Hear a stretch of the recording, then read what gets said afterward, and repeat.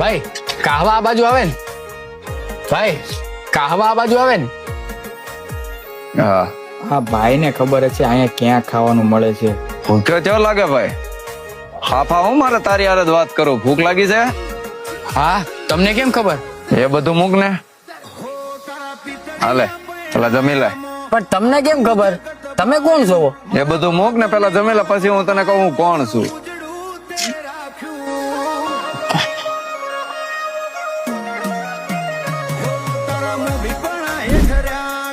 ધરાઈ ગયો ભાઈ. જમવાનું